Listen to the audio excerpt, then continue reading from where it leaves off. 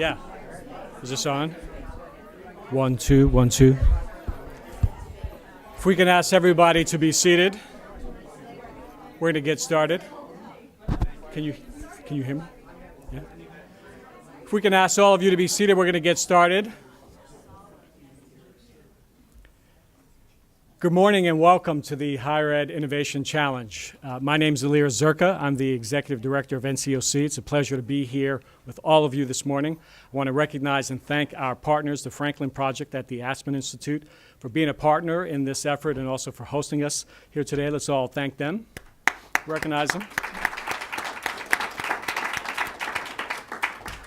The Corporation for National and Community Service for their partnership, and thank you for being here as well. The Lumina Foundation for making all of this possible, and we really thank them for their leadership. I am proud to represent NCOC here today. NCOC was founded in 1946, actually chartered by Congress in 1953. Our mission is to strengthen civic life in America, and in pursuing our mission, we've had the opportunity to work with many higher ed institutions around the country, and we know firsthand that all of you are at the forefront of developing informed, engaged, and active citizens throughout the country. So I want to thank you for the work you have already done and for your leadership. Thank you so much for what you do every day. The big idea that brings all of us here together today is the idea that national service, a year of service, should become a common expectation and also opportunity for every young American throughout the country. And that big idea can only succeed, in our view, if the higher ed community, all of you, are in an active leadership role. So we got to thinking about, well, how do we incentivize this? Well, let's come up with a challenge so that we can get the best and the brightest ideas. We had hundreds of institutions join us in our conversations around the challenge, 32 applicants, and then 9 finalists. We are thrilled to have the finalists here with us today. Your applications have inspired us, and we think that the work that we are doing to pursue this big idea of a service year is that much closer because all of you are taking leadership roles and making this happen. So to help welcome all of you, I want to invite our partner in the challenge, John Bridgeland, who is the chair, the co-chair of the Franklin Project, to come up and say a few words as well. John Bridgeland.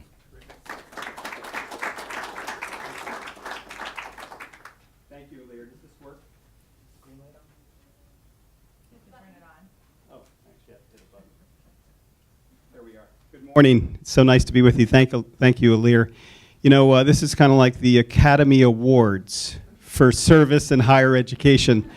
Disappointingly, Shirley and I are not Billy Crystal and Katy Perry. But with your involvement, I think we can really make this an exciting day. We act as a service year alliance. When General Stan McChrystal came back from commanding troops in Iraq and Afghanistan and said that for the first time in history, less than 1% of Americans were serving in our nation's military, leading to the complacent assumption that serving the country is somebody else's job, and sort of ignited an eruption of applause at Aspen Ideas Fest in 2012. Walter Isaacson, the CEO, who will be with us later today, said, could we actually take this fundamental idea of service, which is so critical to American identity, and actually take it beyond where it's been, not just today, but ever. And so that's our great ambition, as Alir mentioned. We're looking to make a service year part of American identity. My 17-year-old son is going on the college shuttle. We're taking him to schools all across the country. And interestingly, it's a challenging time for young people. But he's my son, and obviously he's done a lot of service in his life. And service has really grounded his experience in high school, grounded his path to picking colleges, and the idea that higher education would step up in ways beyond where they've been today to make service part of what it means to be educated in America is very exciting to us. So this challenge goes out, and literally more than 200 colleges and universities are now part of our learning community who are working with us, innovating with us around this idea.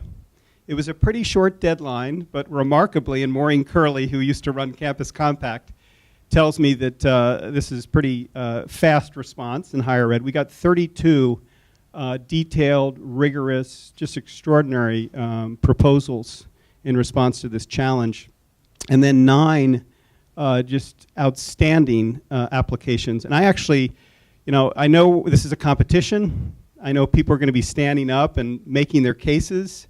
I know we have judges here today, but I want to say that literally each one of these 9 applicants has bragging rights, that you've been nominated for an Academy Award in the Service and Higher Education Challenge. And I mean that seriously. We've had colleges and universities that have written, taking, their chancellors have written in newsletters saying our institution's going to step up and create service fellowships, service year experiences, and funders are coming forward to fund those fellowships and look at how systems can be sustained over time to build out that big idea. I also want to thank Jamie Marasotis and Holly Zanville. Jamie came to our Aspen Ideas Fest summit a couple of years ago, and he was really the one, together with Holly, who said, all learning should count. Service year should be part of what it means to be educated. Couldn't a service year translate into course credit in college and eventually lead to a meaningful job in the marketplace? Wow. What a transformative idea that is. I'll end. I heard Secretary Bob Gates, who's the Chancellor of William & Mary, give a talk, mostly to people he was trying to raise money from to invest in the college. And he said, and he's on our leadership council with the Franklin Project, and he said, if you look at the course of history, 2 institutions have been significant and enduring. And one of those institutions have been the academies, colleges, universities. They're the seats of learning. They shape our culture. They educate the next generation again and again and again. And so our view was if we could actually get higher education in America to lead the way and to innovate and be creative and step up to make a service year part of what it means to be educated, but also a path to success in college and a meaningful job, we could truly change the national service landscape. So with that, and I see my co-chair for the Franklin Project, Alan Casey, has joined us. Alan, you're a judge, so you need to come up to the head table. He's always very shy. He leads the nation from behind. It's an extraordinary thing from the grassroots. It's now my distinct pleasure to introduce my co-host today, the Katy Perry, part of the Billy Crystal Katy Perry show. And actually, she has a crush on Katy Perry. She's been called the godmother of national service. She wrote the original AmeriCorps statute. She was Hillary Clinton's chief of staff, Ted Kennedy's advisor. I mean, she's just an extraordinary person. Welcome, Shirley Sagawa. Thank you. And for my first number, I will, I wish. So I do get to tell you about something really exciting, though. And having worked in national service policy for a really, really long time, more than I'd like to say, it's been a long time since I've been this excited about where we're going as a country with this opportunity. I actually have a few slides. How do I do this? Oh, you got it. Thank you. Thank you. So, as you all well know, there's so many, in a way, it's like national service is the elephant. Everybody has the piece that they can describe. But it all comes together and does really interesting and important things for the country. So the first is, of course, it provides an amazing source of human capital to solve our biggest problems. And I think we often, forget that as we're thinking about how do we solve problems from here in Washington, that it's really almost everything is about a person working with a person. And so many of our biggest challenges we face are really human capital problems. We don't have enough time and talent directed at doing the very labor-intensive work of helping that child succeed in school, or helping a person who's become unemployed and about to lose their home find their way forward. And it's a human capital problem, and we can help solve that. It also strengthens communities in tremendously important ways. And I know so many of the applicants and higher ed institutions that were interested in this contest were actually part of their community engagement offices and offices that had a role in, figuring out what's that town-gown relationship. And this is an amazing tool for that, because it not only provides help to the community, but it helps the students really be grounded in the real world at a time when they're both trying to spend a little time thinking about their own futures and seeing what's around them. And we know today students are no longer the traditional student that many of us have that stereotype in our heads, and so many students today are trying to balance work and family and other responsibilities. So giving them the privilege and opportunity to kind of earn a little bit while they're getting credit is tremendously important, and that's where the changing lives piece comes in. Not only is this a great thing to do for the community, it's great for the people who are serving in so many different ways, and I'm hoping we can probe that a little bit with our contestants today. So just to move along, we are building this amazing platform.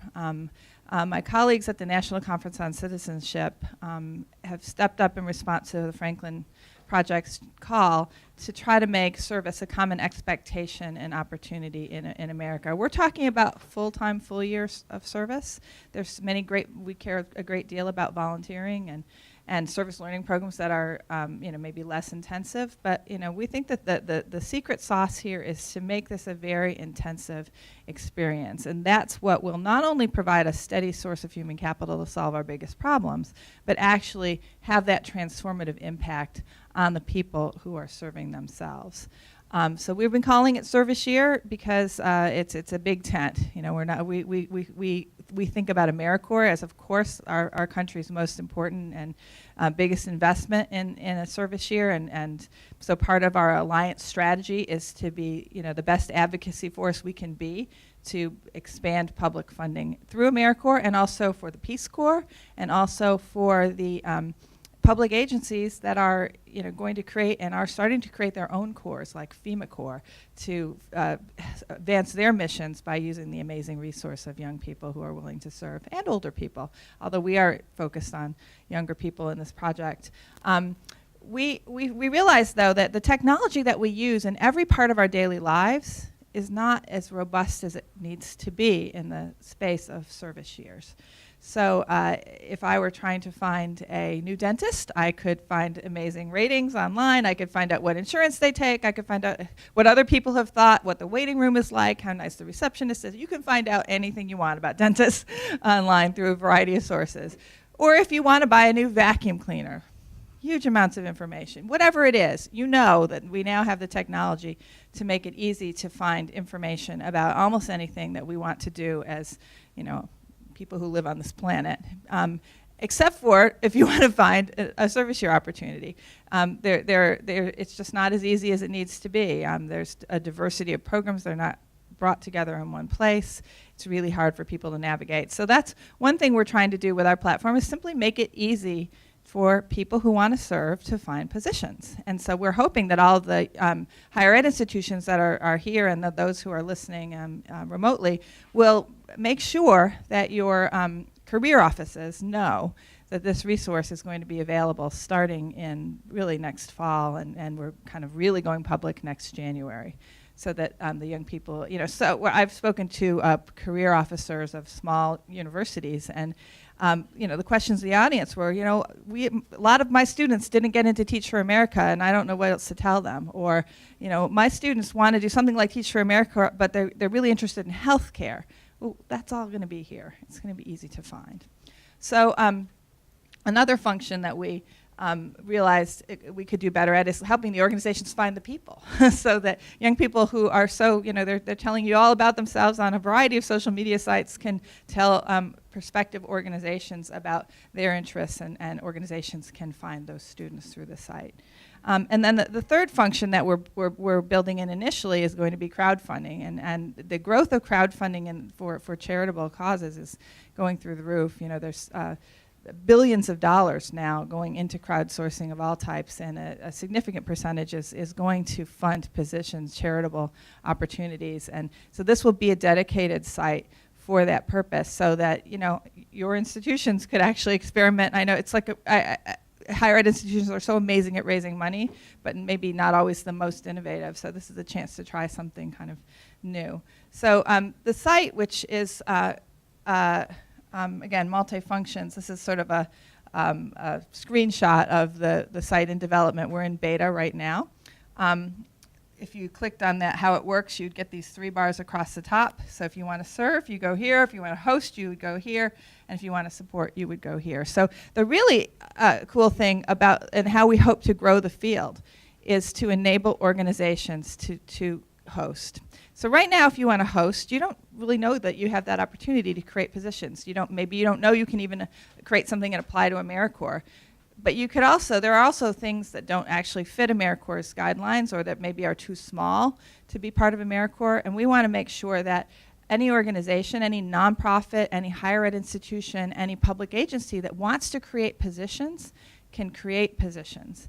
And have them certified, kind of the way, using largely a lot of technology and some human touch, but as private sector institutions accredit universities, we are trying to build a system to make sure that you don't just slap up a position and call it service, that there actually is some integrity to kind of what's on the site. So we'll be certifying. And I'm excited to say that we're actually about to go into a local test phase with Iowa is our Iowa and Oregon are our local test sites, so you're here. So they will actually be using the technology soon to see, to help us work out the bugs, because we know that, you don't launch a big website to the public without having gone through. When you are actually on the site and you're searching, there'll be, first there'll be little cards that show you the different different options based on your search criteria. And then when you click on them, you'll get a much fuller profile that could include pictures and videos and all kinds of cool things. And in my head, I'm trying to figure out how do we do something really special for the higher ed community. Because sometimes the choices that people will be making to do the service year will be based on, I'm choosing a college or any kind of higher ed institution that offers a service year. So we want to make that a prominent way that people actually find positions. So we're trying to figure that out. But more importantly, we really believe that a year of service is like a year of post-secondary education. It's like the workforce development system for the helping professions. And we hear that all the time from people who are in those fields, from in community health or in economic development or in education, that this is our source of our new talent. This is where we get the people who are going to take our jobs when we retire.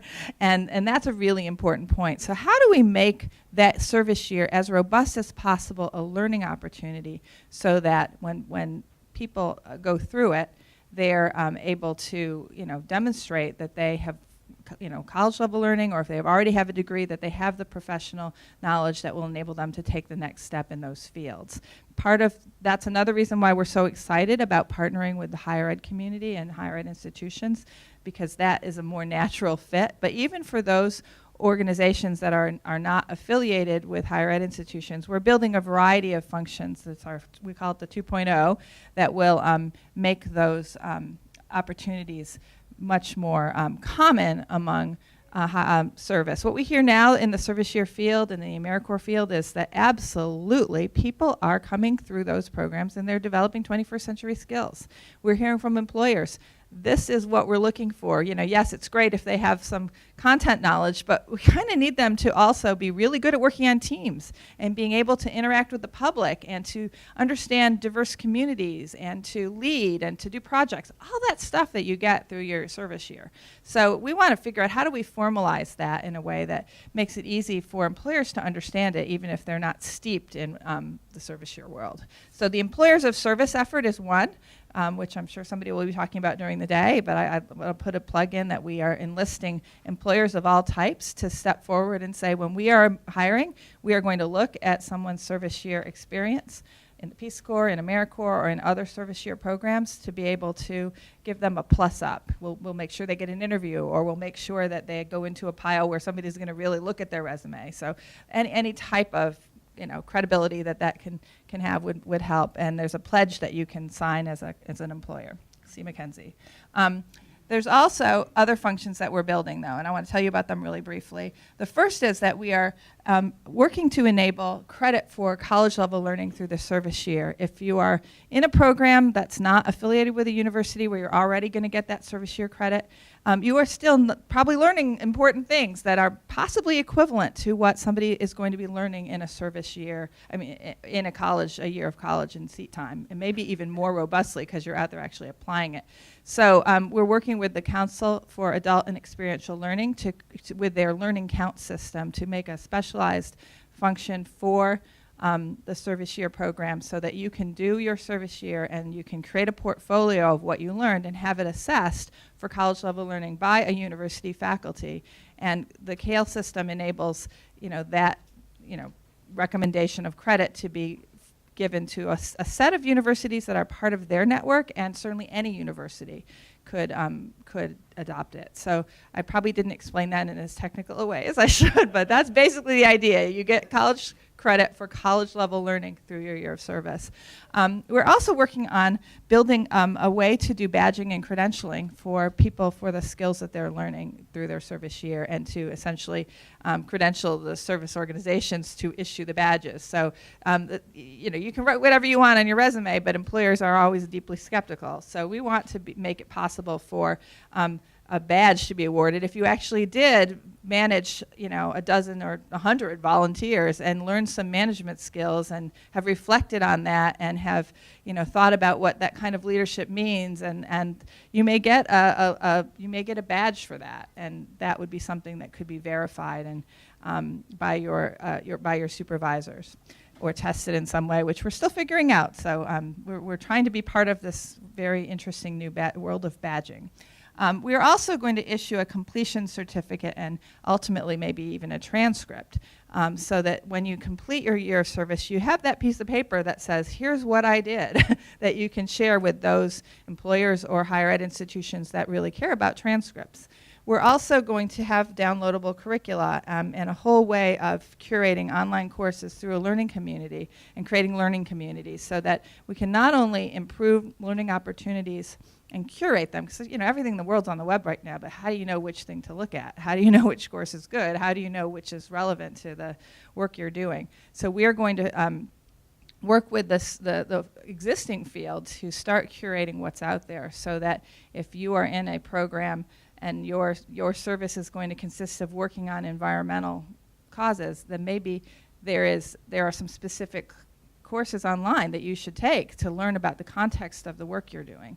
Or maybe if you're spending time working with new immigrants, maybe there are things that you need to learn about their home countries, the immigrant experiences, how to work with people who don't speak English. There's a whole set of common things that service programs are doing, that there's coursework that could not only enhance the quality of the service but enhance the learning for the individual, that we're going to try to curate and make it easy to find and make it a sort of thoughtful, seamless experience, even if you're working in a program that maybe has 3 or 4 core members, and that's the challenge. The bigger programs, the ones that are well-resourced, have these opportunities. It's just much harder for grassroots organizations to do that. And then creating a learning community for the people, not only people serving in programs, but those who are running them. And we hear all the time that this is something that people would really like to see. So all of that will be part of our 2.0. It's in planning.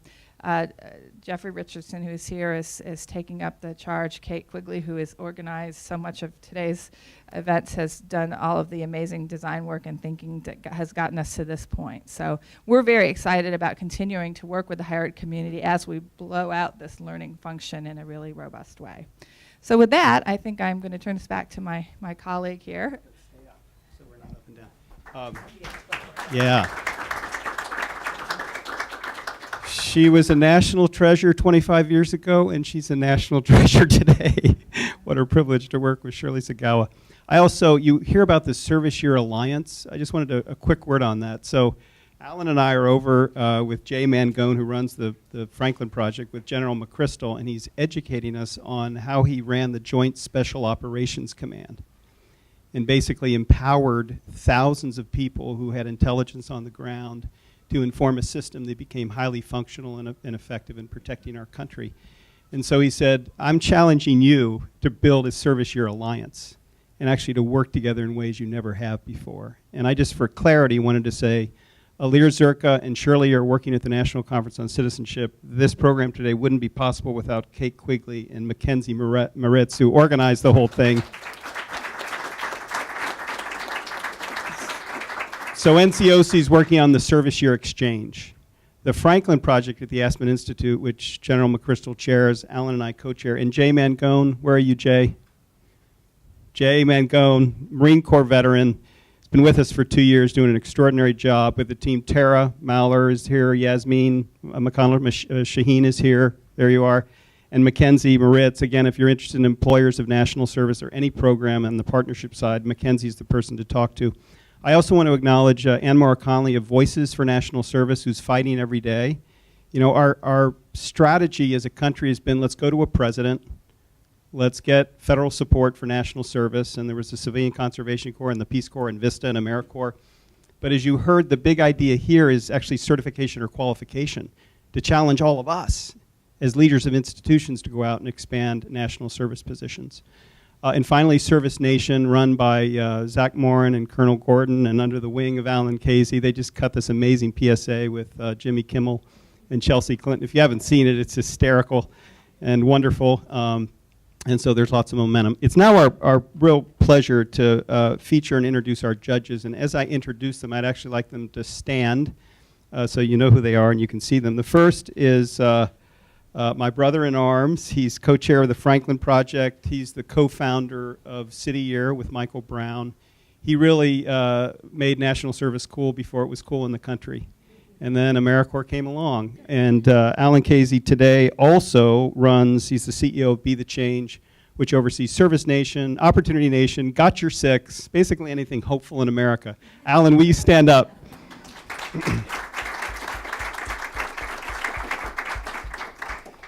Next is Holly Zanville. She's the strategy director of the Lumina Foundation, where she leads the development of strategies to help quality credentials and credits defined by learning and competencies, clear and transparent pathways for students, and alignment with workforce needs and trends. Think about it today. Nothing could be more significant. Every presidential candidate is going to be talking about the field in which Holly works. Previously, Dr. Zanville served as coordinator of Oregon's Joint Board's K-20 Redesign Initiative, senior academic officer of the Washington Higher Education Coordinating Board, and associate vice chancellor for academic affairs at Oregon University System. Holly, will you please stand up?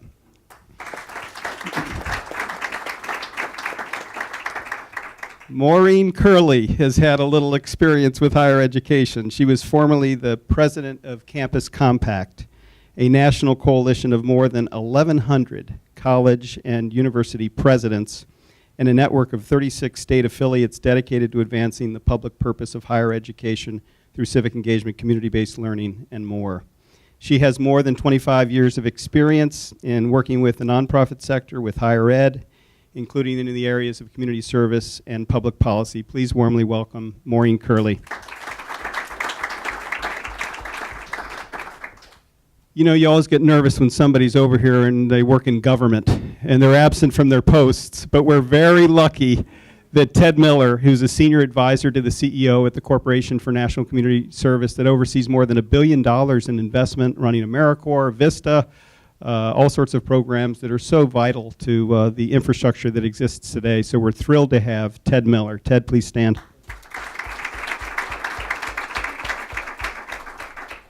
And he says he wants to be chief observer, but he's been organizer-in-chief for the country for working with some of our great leaders in the civil rights movement. He marched with Martin Luther King after being in India and seeing how Mahatma Gandhi built a nation. He was special assistant to President John Kennedy for civil rights. and was the man who actually got in the inaugural address those words at home that mattered so much to the civil rights movement. He was the co-founder with Sergeant Shriver of the Peace Corps. He's been the president of 2 colleges. He was the CEO of the Corporation for National Community Service under President Clinton. He is a leading voice and a member of our leadership council of the Franklin Project at the Aspen Institute. And after 9/11, when I was speaking all across the country, literally every conference I went to, Harris was there. Not always on a podium, more often than not in a T-shirt, and serving with people, you know, to move this country forward. I can't think of anybody who's done more for the country than Harris Swafford, and so he's one of our chief observers / judges today. Warmly welcome, Harris.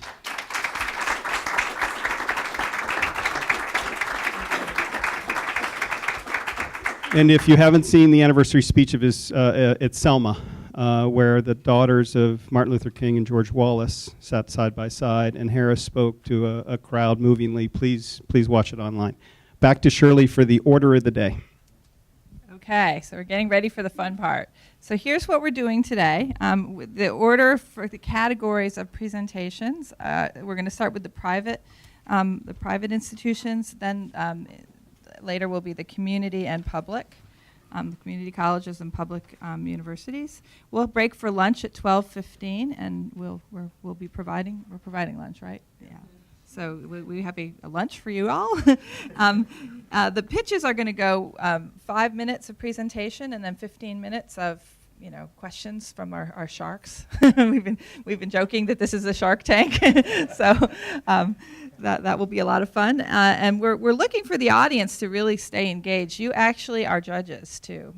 We have an Audience Choice Award, a cash Audience Choice Award for the institution that the audience picks. So don't feel like you have to go with the judges. You can you'll have a ballot to fill out. So please stay and do that. We are also going to have breaks. So when we have breaks, especially there's a big break from 3 to 4 when the judges are going to be meeting. So feel free to leave or stay, but we hope you'll stay, because after we reconvene and hear from hear who the winners are, we'll have a wine and cheese reception and have a chance to all get to know each other even better. So that's the plan for the day. I just want to say how grateful we are to all of you for being here and spending your day with us, and especially to the judges who've made a big commitment. And we would not be here if it weren't for our partners who have been so generous in working with us. The Lumina Foundation has been supporting the learning functions that I described to you earlier, and as you all know, they're willing to take risks, and we realize that this is a big risk, and we are very excited about the potential. So deeply grateful to the Lumina Foundation and to our initial funder, Cisco, who made it possible for us to build this underlying platform. We're also tremendously grateful to the Corporation for National Community Service for being our partner, and so glad that Ted is with us today. And it's our hope that many of the programs that are developed through this competition and those that may be developed in the future will ultimately, look at AmeriCorps as a possible fit, and even if not, become part of this great community that we are building. So thank you so much. And with that, I'm going to turn it back to you to tee up first. So I want to say, these presentations and competitions, I want to make it clear, all 9 colleges and universities are already winners in our book. Remember that scene from Hoosiers? I don't care how you play, and if you try your hardest, you're going to be winners at the end of this game. And seriously, there were more than 200 colleges and universities who competed, and there are 9 here today, each of which your applications are so extraordinary. We're going to be out trumpeting all of you, and so I wanted to make that clear. So we're excited to welcome up our first presentation, Mandy McReynolds, who's the Director of Community Engagement and Service Learning for the Engaged Citizen Corps project at Drake University in Iowa. Mandy.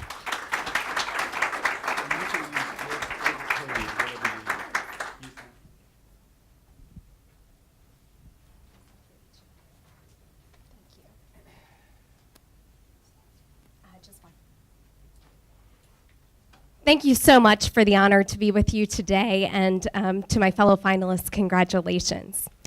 We're going to take a little bit of a different journey than just your traditional pitch, so go with me here, people. Close your eyes. Close your eyes.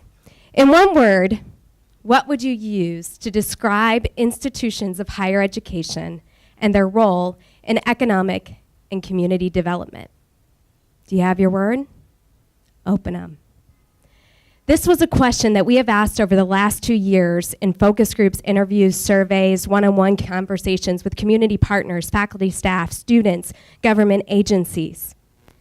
What we found from the research is 2 words emerged: catalyst and anchor. Now, most of the time we see these as being exact opposite. But what we know is when a ship is in the midst of a storm trying to get home, it lowers its anchor as a technique to steady the ship. When we think about building a robust national service program, we have to recognize the storms that exist. We have to look at the shores of home. We have to think about the ship we're building, the anchor, and the map. So let's talk about the storms we're in higher education. And Lumina, you know what I'm talking about, right? You can simply pick up Generation on a Tightrope in that book, and what you'll find is our students think very globally. They're very connected, but they have no idea how this plays out in local action. Look at Chronicle of Higher Education at Risk, and what do we find? Access and success, degree completion, issues related to budgets and financial restraints for institutions of higher education. We are in a hurricane, but the shores of home are calling us. Maureen, you did some fabulous work in 2012 on a crucible moment. We were calling institutions of higher education to return to their civic purpose, to think about their civic mission and learning how we can teach students to be future citizens. At the same time, you referenced this, a task force was developed for anchor institutions, your eds and meds, people who do not leave their communities. They are there because they've been there for hundreds of years. They have a responsibility for economic and social development. Come home. Come home. So how do we get there in these storms? We have to think about the ship, the anchor, and the map. Our ship at Drake University, and you articulated it, in Iowa, is strong. We have a commitment to national service. If you look at the pamphlets before you, you'll see what the accolades are going on in our community as well as our institution. We have been consistently the #1 or in the top 10, for community service. At the same time, we have started the first National Governor's Task Force to expand national service in the state of Iowa, of which was co-chaired by our President Maxwell. This ship will weather this storm. So let's look at the anchor, a robust national service program. What do you know about the design of an anchor? It has 2 equal balanced points to create the drag, create the hook. You have to have equal balance between community engagement and academic credentials. This can only happen when the 2 are merged together in a central structure. So if you look at our proposal, we have 32 hours in the community, linked with 24 credit hours. But the only way we can do this is because it's uniquely merged together. What happens in the community applies to the courses. What happens in the courses applies to the community. And we can attain working with first-year students to maintain their path. Looking at the anchor and the ship, but the last thing is the map. I don't know about you, but I am tired of looking at economic and community development in a lens that is segmented. If we are going to teach people to be future citizens, we must begin to look at it holistically, interdisciplinary, and I would argue through a liberal arts education. We have to recognize that if you look at our 5 focus areas, you cannot have strong communities if you do not look at transportation, if you do not look at health and safety, if you do not look at arts and culture. All of these things play into one another. They are entwined. So our map, our course, is looking holistically at where we're going. But you see, today, judges and those in the room, this is not your final destination. Oh no, oh no. We are calling you to come aboard our ship. We want you to grab a hold of the wheel. Let the storms come, let those currents rage, but we are going home. We make this inaugural journey so that others, those listening on the webcast, can join us. Take my hand. Let's go home. Let's go home. At this time, I'd like to answer any questions that you might have for us.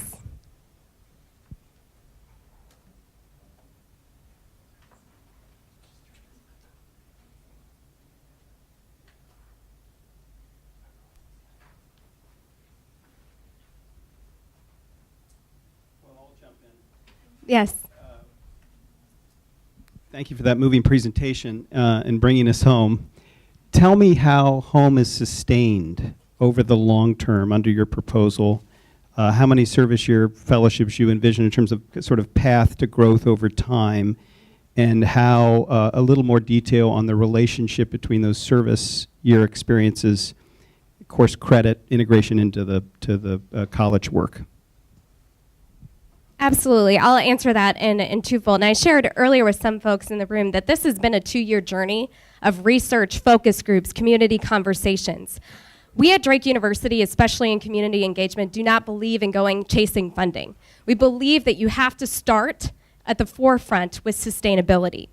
So about 2 years ago, we sat with community agencies and we said, if we decided to design a service year program, what is it that we can look at as cost sharing? How can we leverage one another's assets like we do in AmeriCorps, but maybe have our own design that can really meet the community needs here in Central Iowa? And so that's where you'll see with our proposal that there is community cost share element, but that was based on several pilot questions, questionnaires, surveys, looking at what is a reasonable cost share, and then looking at the level of service. 32 hours of service was needed weekly in order for that to begin to build that mutual beneficial relationship. In addition to that, we're looking at ways that we can integrate our federal work study program so that we can help relieve some of that financial pressure after the award would be gone. But we start from the forefront looking at sustainability. And then looking at that mutually beneficial relationship between the classroom and the service that is happening. We know that 112.5 hours is what a 3-credit class is needed, so your in-seat time.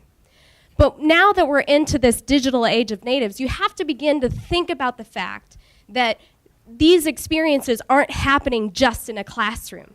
They're happening out in our community. So you build in the reflection, you build in the training that individuals will need through the course experience. You'll see in the plan we talk about a writing seminar. One of the reasons why we wanted the writing seminar to be a part of it is because as we work together as a community towards these collective impact goals, we're going to have to write plans. We're going to have to write press releases. We're going to have to work together to build collective action through the way we communicate in written form. So what the students and the members are working on in the class will automatically translate to the work that they're doing at their host site. I hope that one example can give you an idea of how this will play out.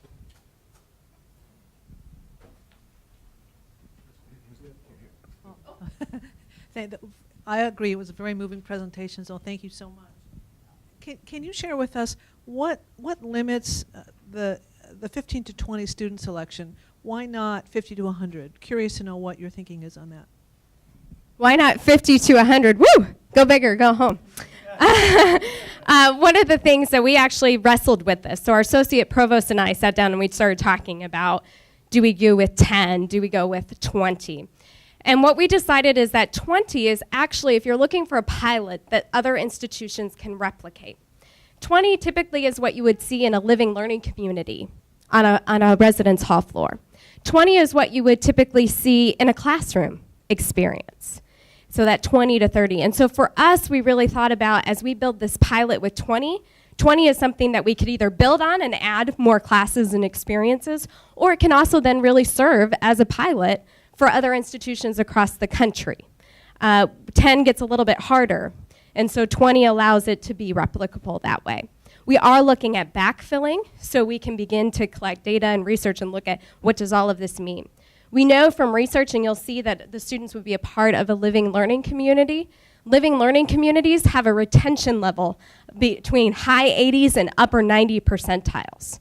And so we see that there are several public institutions, although we're private, there's several public institutions that are beginning to build living and learning communities. And this is a way that they could maybe consider a service year as an opportunity for them as well.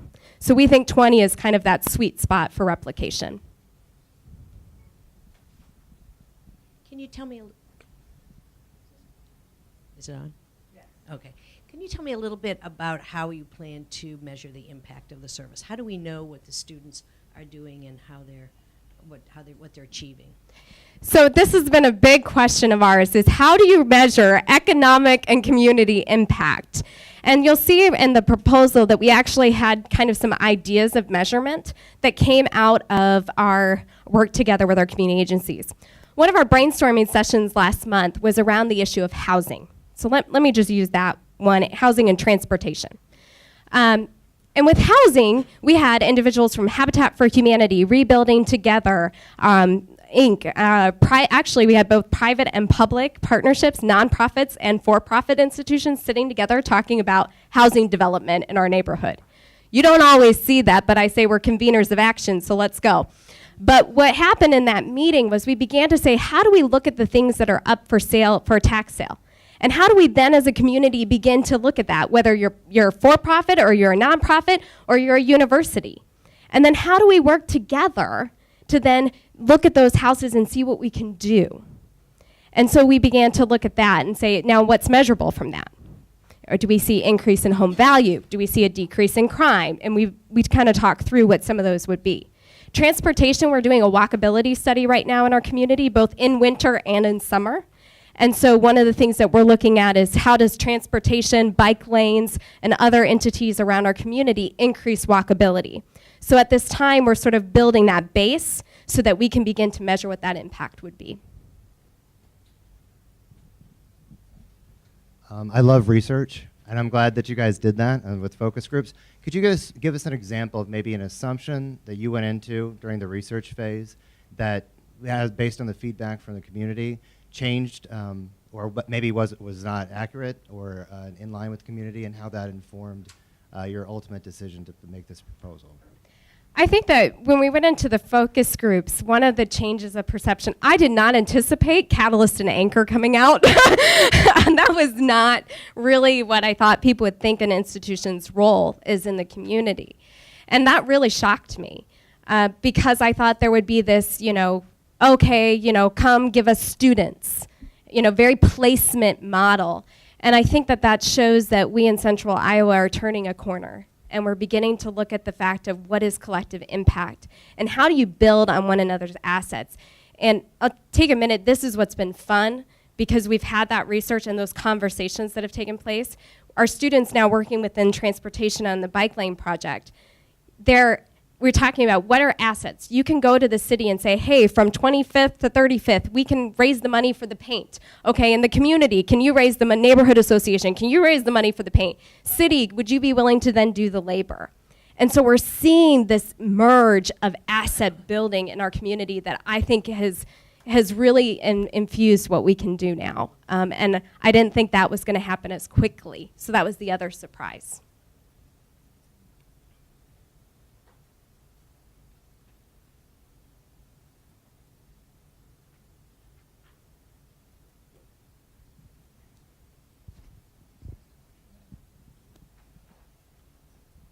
Manny, thank you for your presentation. I like the integration of the proposal, and excuse my ignorance. 24 credits, how much is that?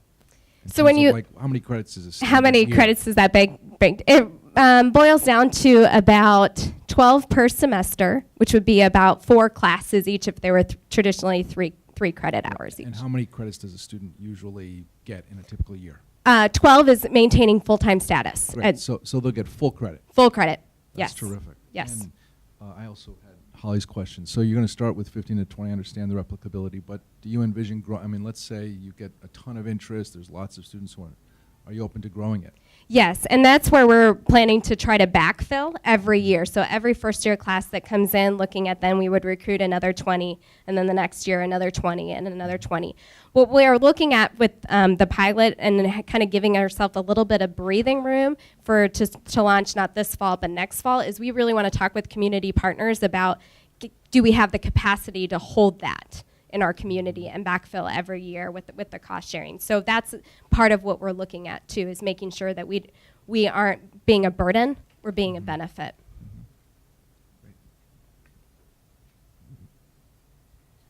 Please say, there's audience choice, so there can be audience questions. And please ask them. What's your faculty engagement in the process? What's our faculty engagement in the process? So in our proposal, one of the things that we look at is how do we then help students or service year members understand this whole connectivity? And we are changing our faculty development model to look at community-based research. So you'll have a kind of a trifecta experience with service. You'll have a student who's a service member, a community partner, and then a faculty member who has their research connected to that focus area. So transportation, economic development, housing. Each area will have that tri-chair working together, kind of on equal ground, which is new, equal ground. And we hope that those faculty members, as we change development, will receive a stipend. Just like they receive a stipend to develop a service class, we're using that stipend, transitioning it to this kind of community impact model with research. Currently at Drake University, we have a third of our classes each year that have a service experience that are taught. We engage not only in service, but it could be community engagement elements with over 176 faculty, which is pretty high considering we have about 250. I saw another hand. That was exactly my question. Okay. We have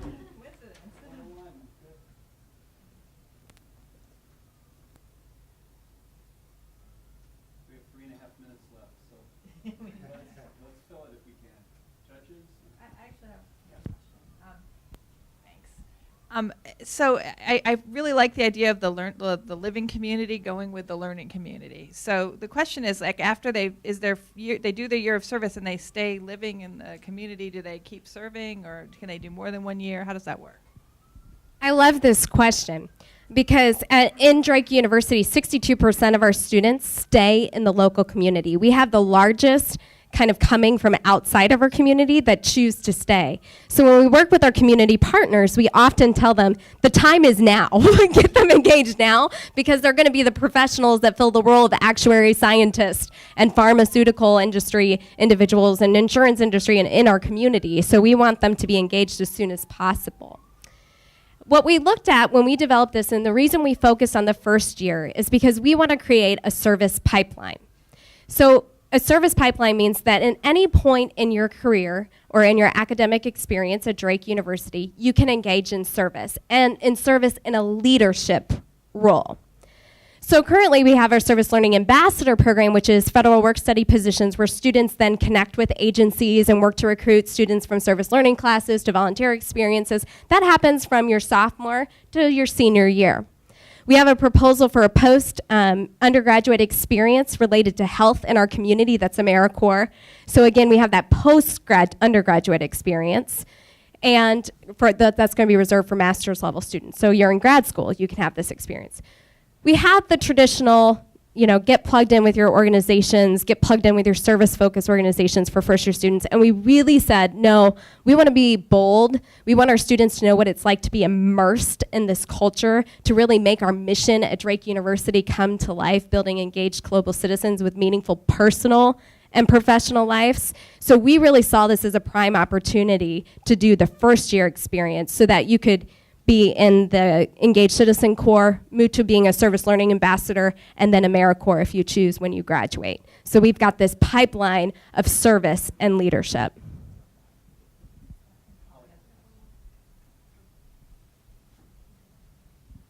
So I'm put on the parent hat, and so the student says, good news, I'm going to go do a year of service, and I'm going to get 24 credit hours.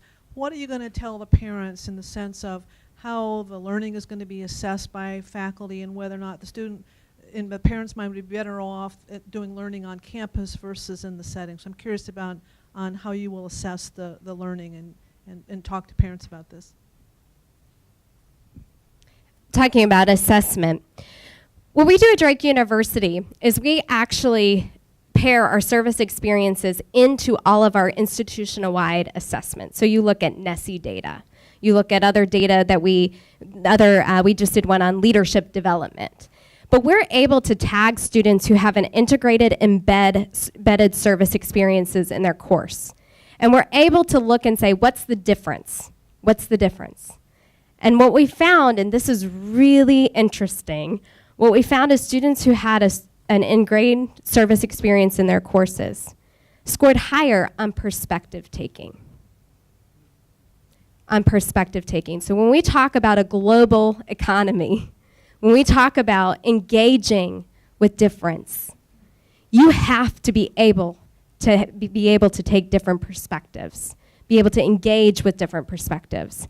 And we believe that's because they're engaged in their communities. And Drake University, we have one of the most diverse communities. 30 different languages are spoken in our neighborhood. Our public school system in Des Moines has over 100 different languages spoken. So it allows us to have that experience. But also, if you look at the classes that are built into this experience, writing, internship right away, right? Your service experience is an internship right away. We're now talking to high school students who are in a generation on a tightrope. We joke that they really have tried to do job shadowing and more internships at the high school level. So we know that this is going to be attractive for parents as we look at the competitive economy moving forward. I think we're out of time. Thank you so much. Thank you. That was wonderful, Mandy. Thank you so much. So our next university is Mount St. Joseph's University. We're going to be presenting Mount Core. We have Keith Lancer, Coordinator for Service Learning, Career and Experiential Education Center. Linda Jackson, Associate Professor, Communication and New Media Studies Department Chair. Welcome.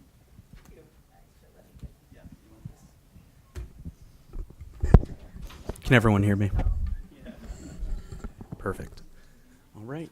Good morning. I'm Keith Lancer, Coordinator for Service Learning, and I'm so excited to be here representing Mount St. Joseph University alongside my colleague, Dr. Linda Wheeler Jackson, at today's Challenge Day. Our mission at the Mount is educating students through interdisciplinary liberal arts and professional curricula, emphasizing values, integrity, and social responsibility.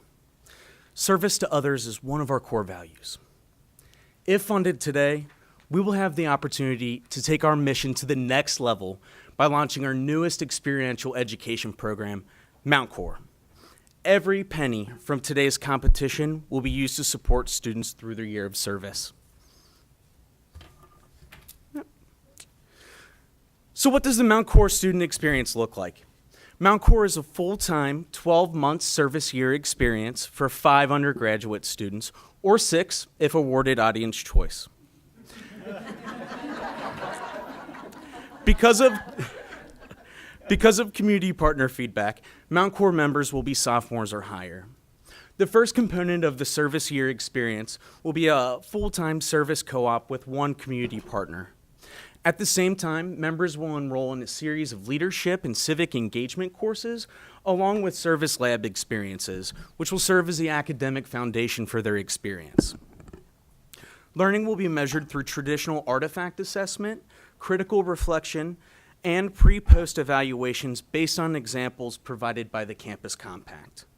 Members will earn 21 credits through these courses in all.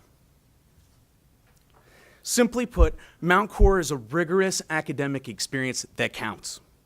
Mount Core members will earn a $500 a month living stipend, along with free room in our residence halls in exchange for their service.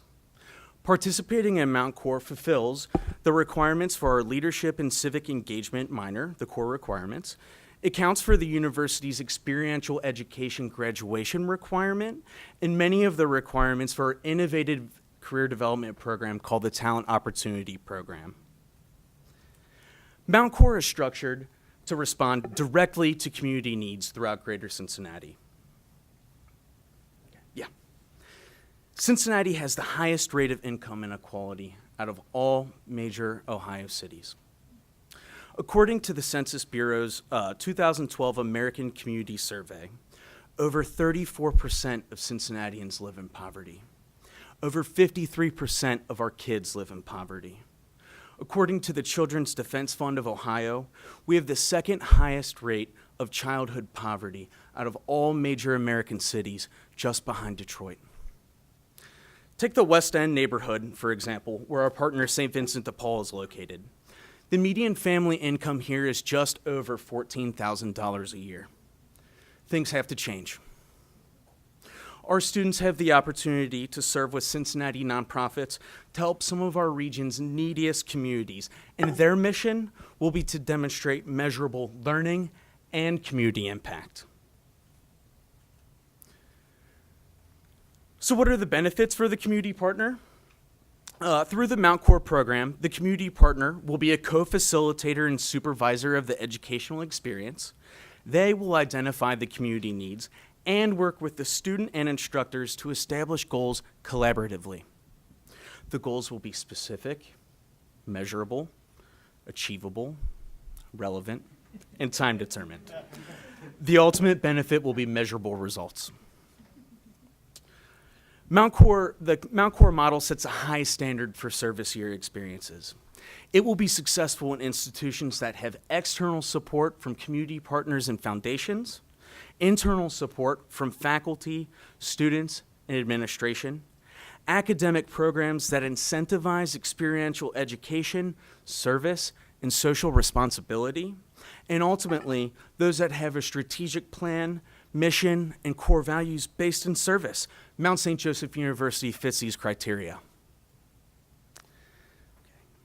If funded today, Mount Core will take community-based learning to the next level. It emphasizes measurable community impact while providing members 21 credits of rigorous academic experiences that will prepare them to solve some of our community's greatest challenges. And what does it mean for you? Your $30,000 investment could turn into over $222,000 worth of community impact in the first year alone. With audience choice, we could increase that value to over $267,000. On behalf of the Mount, our students, and our community partners, thank you for your support.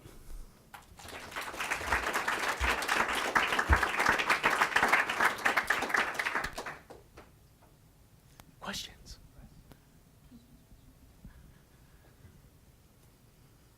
Tell us more about that return on investment calculation. Yes, okay.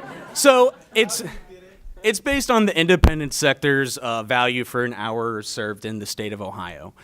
So that's one easy way to measure community impact, but what our students are also going to be responsible for, they're going to be working with community partners and instructors to design interventions based on the community needs that the community partners themselves identified.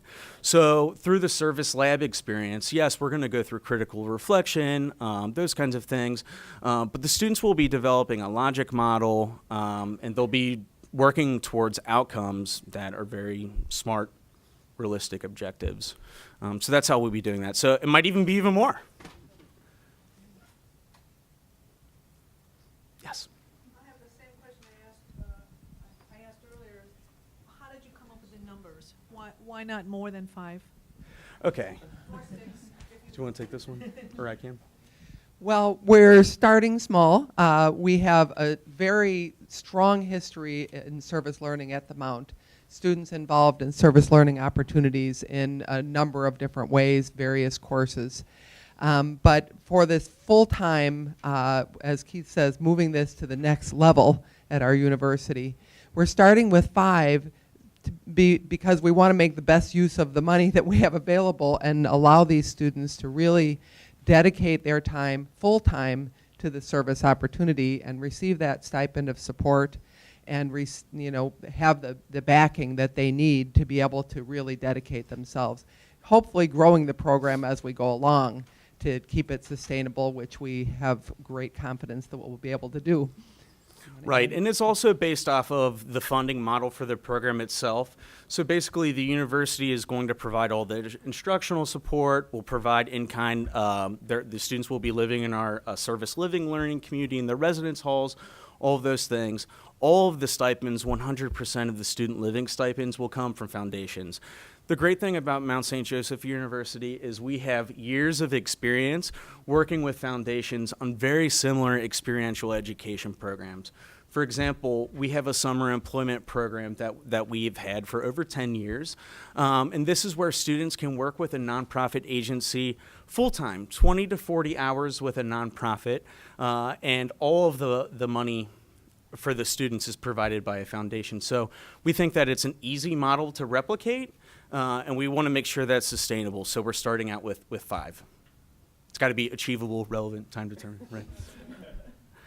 Yes? You said that the service is 20 to 40 hours a week. That's a pretty big range. Yeah. How will it be decided whether they're doing 20 or they're doing 40? That's the great thing. I think it's up to the students' needs. So they're going to be in those leadership and civic engagement courses, the service lab. They'll be working 20 to 40 hours throughout the week. Most of our students are commuter students. And so this is a flexible option for those students who need a little bit of flexibility in their schedules. And we expect there will be some students who, while they're doing the 21 credits that are directly connected and part of Mount Core, who may continue to take some courses within their majors and keep, to avoid being slowed down at all in their graduation date and that sort of thing. How many credits does 21 equal in terms of a year? What's a standard year of credits? Well, 12 is the normal full-time load, or anywhere between 12 and 15 or 18. But these students will be counted as full-time. And it says also in the proposal that they're responsible for their board. So they're going to get a stipend Right. of $6,000, but $4,100 has to go to the board. So basically, Right. So, I mean, that would come, they're going to be considered full-time students. So hopefully they'll be using their financial aid package to help with some of that. Yeah. they won't have to pay tuition. No, they would have to pay tuition like any other tuition. Mount student. Okay, all They're right. full-time students. I was a little confused by, Yeah. so you said you're a lot of commuter students, but is there a living arrangement? I didn't quite Yeah. follow that. So we have 200 students living in our residence. We're a very small university. So we do have a sizable population living in our residence halls. But yeah, so those students would kind of be encouraged to live in this living learning community with the other service students on campus. Right. So that would give them that opportunity to be part of a living community, living learning community, which we have now, a section of the residence hall that's dedicated to that. So we see these students being able to really be tightly knit, collaborating together and focused on their service experiences. Yeah. Talk to us a little bit about the leadership and civic engagement course. Sure. What is being taught, what's the nature of the instruction? Sure. You can find in the supplemental materials, and in the application, we do have learning outcomes from the leadership and civic engagement courses. The core requirements, they're going to take LCE 200, 300, and 400. And basically, this is an opportunity for the students to learn about leadership and civic engagement as early as freshman year. And by the end of the time in LCE 400, the students will be making ethical decisions based on their year of service, and they'll be developing a case study based on their experience. So Dr. Tim Bryant will be teaching those classes. I'll be responsible for the service lab. So it's kind of a component of all of that. The leadership and civic engagement part of our curriculum is a fairly new, old, a couple years old, but something we've all been very excited about. It's an important part of our strategic plan and an important part of our focus on developing ethical leaders and as they apply service, really focusing on helping them to become servant leaders. So you can find those learning outcomes in the original application. Could you tell, I'm from Cincinnati, so I'm intensely interested in the foundations, corporations. Are there partners in the local community, in addition to these nonprofit partners, who are enthusiastic about Mount Core and its potential growth plan? And what is building on Holly's question, what is your growth plan and how are you going to sustain it? And tell us a little bit more about how these stipends are funded. So all of the stipends, 100% of the stipends will be provided by foundations. And like I said earlier with our Local foundations? yes, they're very local foundations. and one of the foundations is actually based, it's an arm of our founding organization, the Sisters of Charity. So I don't want to name drop necessarily, but we do have a lot of experience with working with local foundations who are very interested in employing students with a nonprofit field. Just kind of give them the experience and confidence to know that nonprofit careers are just as valuable as any other career. So they're excited and we're excited too. And the great thing is we're not going to launch until 2016.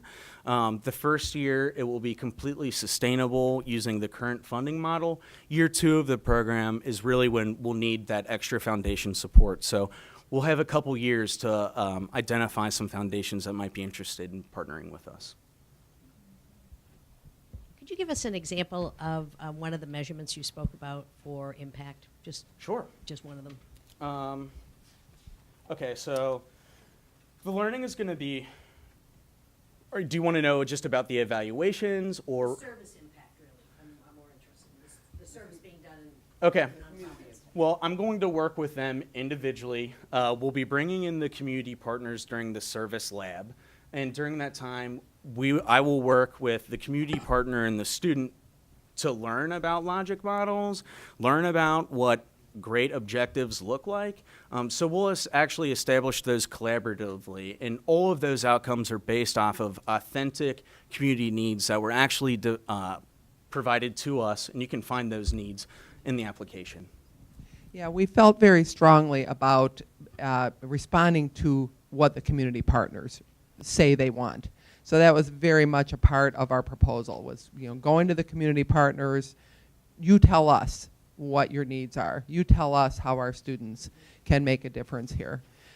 So that's something that we feel is very essential, rather than sort of sending students out and telling them go forth and do good and feel good about yourselves. No, we want the community partners to be the ones telling us.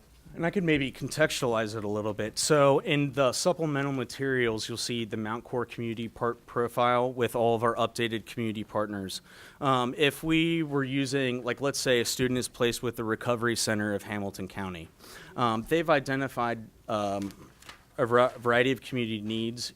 You can find them here in this part in the supplemental materials. Their community need that they identified was that people with mental illness died 25 years earlier than the general population. So they started with that, and then they gave us job descriptions based on that community need. So we'll be really tailoring the experience to those community needs and job responsibilities to set up an objective that is achievable for the student in 1 year. Great. Thank you. You're welcome.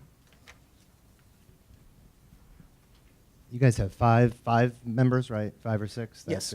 There are a lot of community partners, which is great. But Right. can you just explain how, if you're looking at this from the outside, a lot of community partners identifying a lot of needs, there's some consensus, but how can 5 people really move the needle? Or what would you, in terms, I guess, to go back to the measurement, how in a year or 2 years from now, how are you thinking about explaining what these 5 individuals were able to do within the? I think it's looking at it, what is the overall scope of the project? So if you're working at the Recovery Center, you're probably not going to be able to move the needle in terms of that community need specifically, but you are going to be able to work with specific people throughout the entire year through their intervention programs. And set some objectives for yourself to make sure that, for example, maybe the student will be working with 25 clients that are staying in the program, and they're recovering from their mental illness that maybe otherwise wouldn't have received those services. So kind of time will tell what those specific objectives look like, but we're really excited to find out. And community partners have told us that it's so important to them to have, if possible, a student who can come and be full-time, and that makes such a difference. I mean, they're very appreciative and find it very valuable for students to do 30 hours for the whole semester. But, regularly they're telling us, if we can have students who can really be there full-time, not only for that year, but that they're developing into future leaders, future people who are going to be giving back. We have an example of a student who is actually in my major star student who originally was going to school, getting a communication major, and going out maybe into the business world. He got engaged in service, and he got excited about the community, and he is actually now on our service learning advisory board, and is in charge of one of our community partners, Be Concerned, and is a student who's dedicated his life now to nonprofits, to making change in the community. So we see the difference that it makes, and the more they can be engaged full time with that, I think the bigger difference that will make for them and for the communities. Absolutely. I just have one more, if that's okay. Just in terms of the students, and if I missed this, I apologize, but did you get some feedback from students when putting this incentive package together, and what did you learn from that process? You talk about especially attracting students from within the community, maybe first-generation college students. What kind of feedback did they give you in terms, and did that help influence your decision on how to structure it? Sure. So really, prior to coming to a four-year school, I worked at a community college, so I was familiar with the Kentucky Service Corps program. So, the students that I was talking with during that time, were saying, yes, it needs to count for credit. We need to have enough money to support ourselves, those kinds of things. But the students at the Mount that we talked to, through focus groups, casual conversation, they really said that it had to count. It had to count for something. So that's why we really connected it to our leadership and civic engagement minor. So it incentivizes them to do this, and they get that extra credential. So it's really the fact that it counts for our experiential education graduation requirement that we have for all students. They're going to have to do something anyway. They might as well do it. Sure. How is the requirement reflected on the student's transcript? So when a student arrives at a workplace, Yeah. they can see evidence of what they've learned? Absolutely. So on the student's transcript, they will get cooperative education credit through this experience that'll be listed right on their transcript. In addition to their service lab experience, again, it's right on their transcript. Fortunately, I teach a professional development class, so we're talking about adding Mount Core to their resume, those kinds of things. Yeah, so it's absolutely connected to their transcript. And the leadership and civic engagement courses and that leadership and civic engagement certification minor would be part of their transcript as well. So that's reflected. So yes, and we will hope to have more specifically the Mount Core and how that will be designated. We'll be working on. Yes. Great, thank you.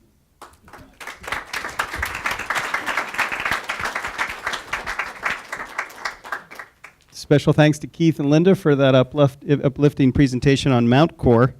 We now move to St. Peter's University. Daniel Murphy is the Associate Professor of Philosophy and Coordinator of the University's Service Learning Program, and he's here to talk about the Antelli Service Learning Fellowship. Daniel? In the first place, hi, my name is Daniel Murphy. I'm an Associate Professor of Philosophy at St. Peter's University. Can everybody hear me? Okay.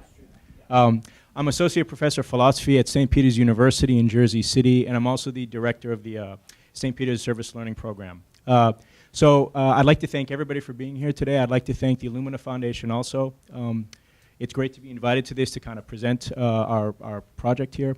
The name of the project is the Anatelli Service Learning Fellowship Program. I'd like to just start with some ideas about SPU's common Jesuit mission and the Innovation Challenge. I think we have some common goals here. So according to the Jesuit mission of St. Peter's and also the Innovation Challenge, what do we want to accomplish here? Well, empowerment, a sense of leadership through service, which is central to our Yanatelli Fellowship proposal. The idea of character, men and women being for others.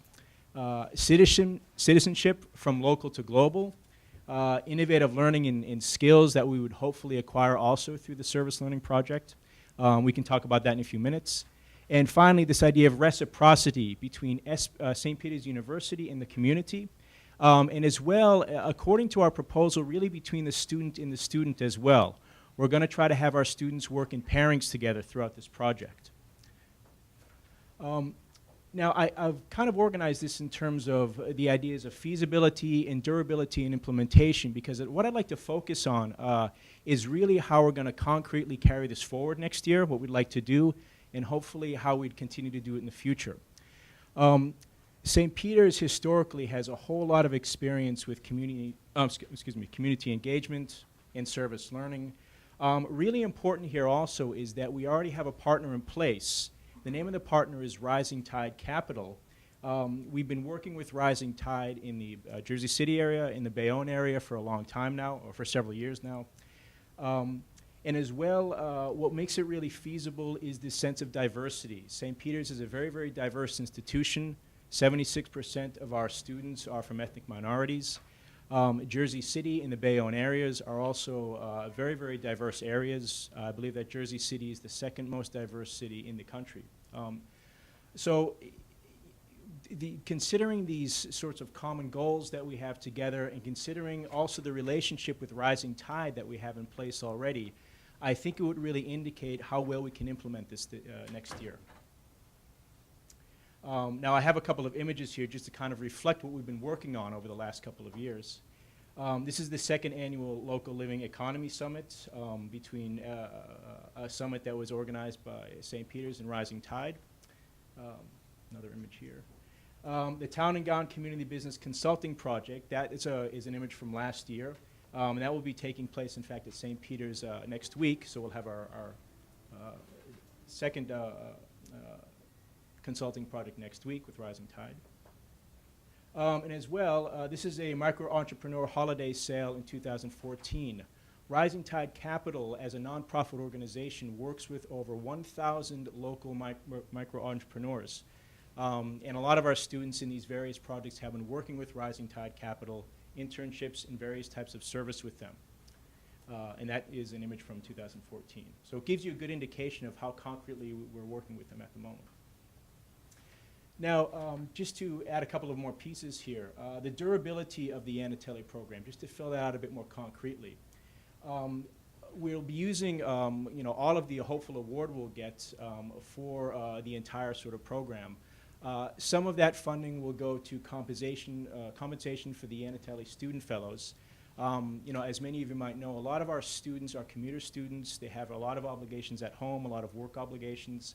And so we'll use some of that funding to compensate them for the time they'd be doing service. There'll also be some compensation for the faculty members.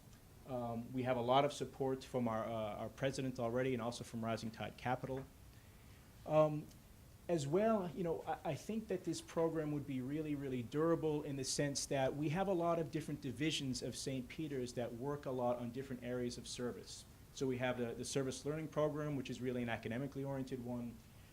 But as well, our Center for Experiential Learning and Career Services, our Ignite Institute, our campus ministry, all of those are funded and have a nice amount of resources to help with the growth of this program.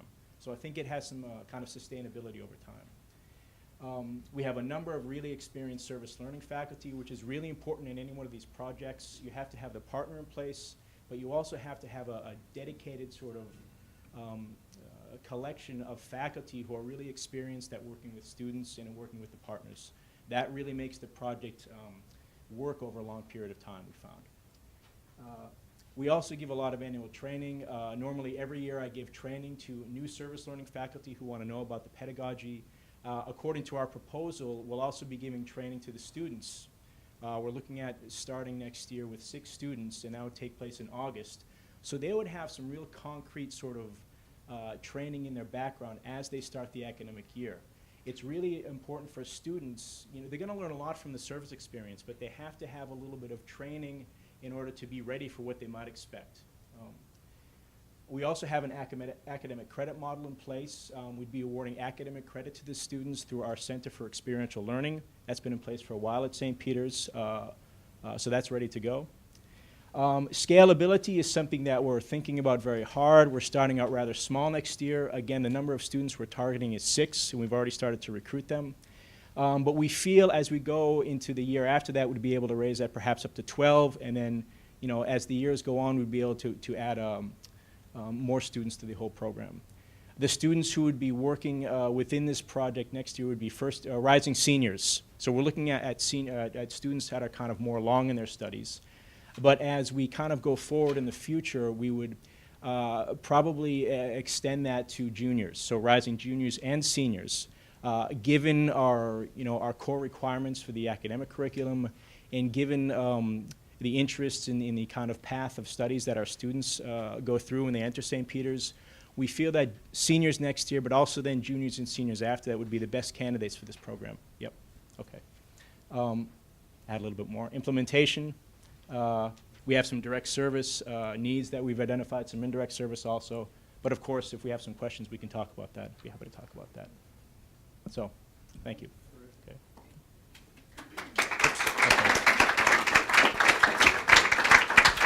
So, that was a lot in 5 minutes, but thank you for listening. Okay. So, do we have any questions, please? I actually would like to hear more Yeah. about what they would actually be doing with the micro-entrepreneurs and what is the actual content Yeah. of the survey. It's a great question, thank you.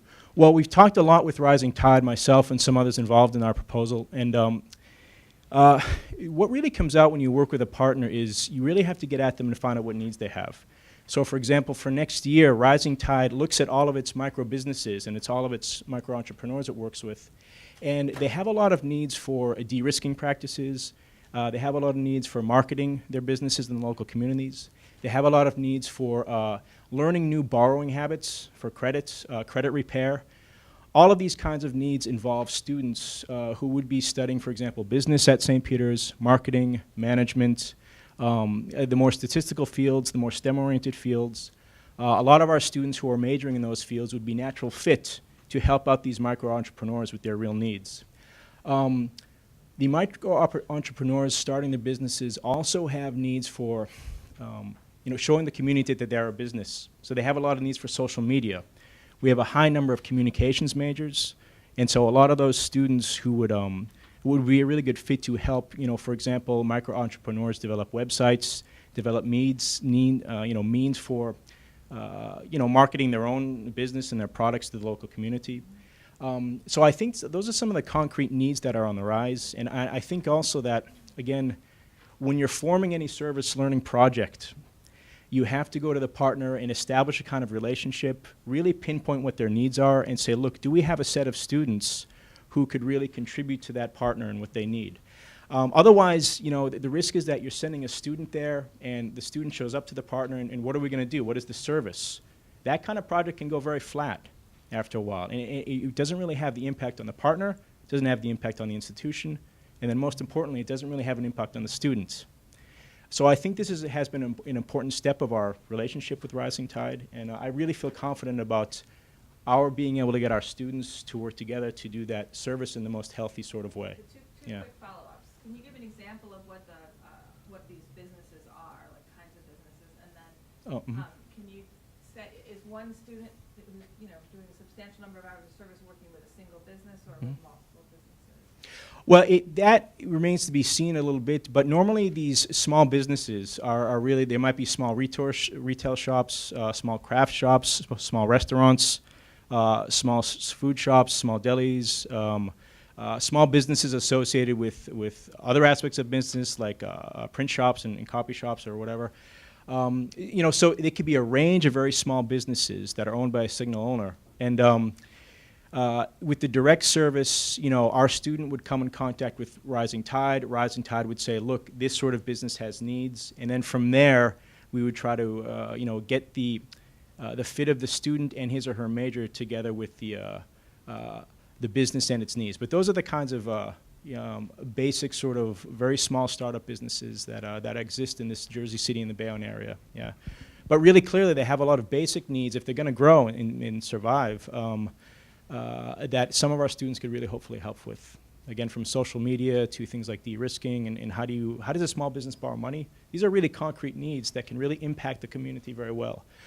Just to give you another example too, a lot of those businesses have their customers, but they need more information about their customers. How are they going to attract more customers? How are they going to grow?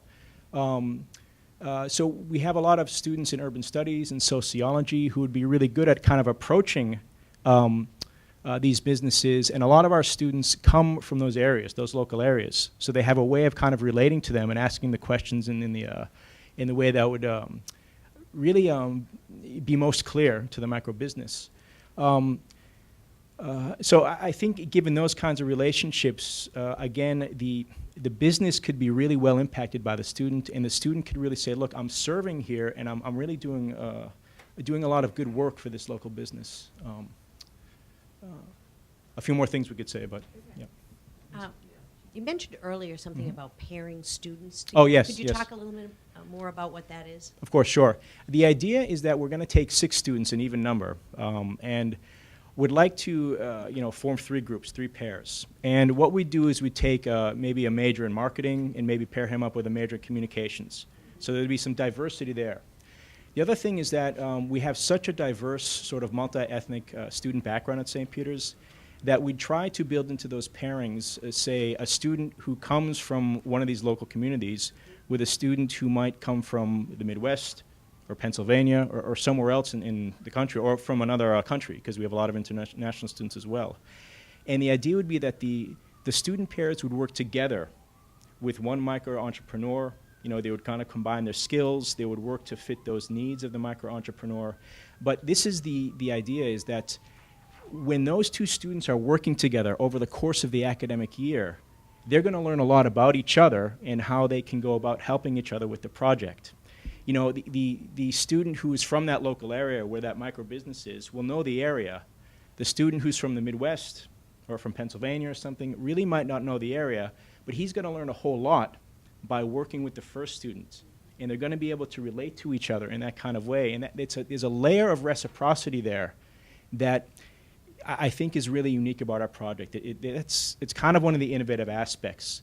Sometimes when you do the service learning, you think about reciprocity between the institution, for example, and the community, right? And then the student, of course, is the bridge there.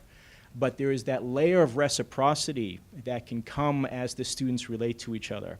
And that's what we want to draw out a little bit, because diversity is one of our, it's one of our richest resources at St. Peter's. How can we develop that, and how can we create a real nice learning experience with that? So, yep.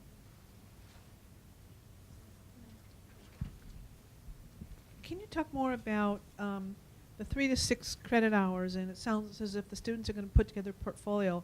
Mhm. What if one grouping of students just learns a tremendous amount and they put a lot in their portfolio? How will the faculty say, well, that's only 6 credits? What if it's 10? How are you thinking about the relationship between learning and credit hours? Yeah, well, the credit hour model is pretty much in place. What will happen is that we'll have the 6 students, and normally we'll have 6 faculty mentors. So each student will have a faculty mentor. And the 3 credits will come, we have a credit model in place where you can award 3 credits as kind of an elective in the student's major field. That is run through our Center for Experiential Learning. And so the academic credit will come with the 1 faculty member working with one of the students. The student will be doing the service, and over the course of the academic year, the professor will ask the students to do assignments on that service and kind of teach some course material related to the service. So, for example, if the student is a marketing major, then one of his faculty mentor would be a professor in the marketing department. And they would have a 3-credit course, like an individual course, for the first semester, and also that would be duplicated in the second semester. And over the course of the first semester, the professor would say, okay, I know you're doing this service. I know you're fulfilling these needs in your service. I'm going to assign a range of material, of readings and so forth, for you to read in connection with what you're doing. And the assignments that the professor would assign would be based on a kind of combination of the service with the literature, with the academic content. The professor would assign a range of assignments over the semester, and at the end of the semester, the professor would assign a grade for those assignments. When you do service learning, you have to do the service, of course, but normally you have to have a faculty member who's assigning some sort of course content in relation to the service.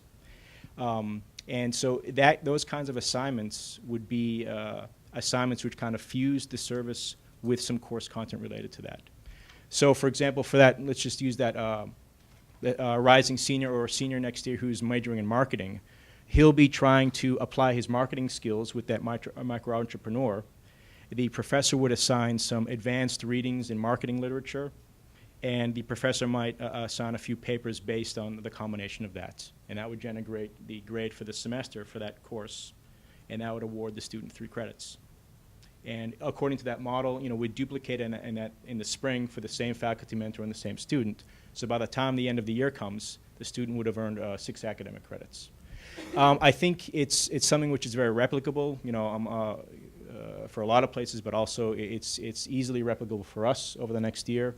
We already have the model in place. Again, we're starting out a bit smaller, but that's a reasonable amount of credits for the student to earn in his major field over the senior year.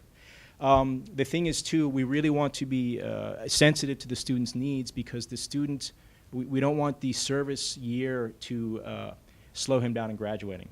That's really important for a lot of students. They want to do the service, they want to spend the year earning credits, but if you have a system in place where it's bigger or it's more unwieldy, then you might actually delay the student in graduating. And this is something that you have to think about seriously, because our students have needs to graduate, you know, nationwide as soon as they can. There are financial issues there. There are other kinds of issues there.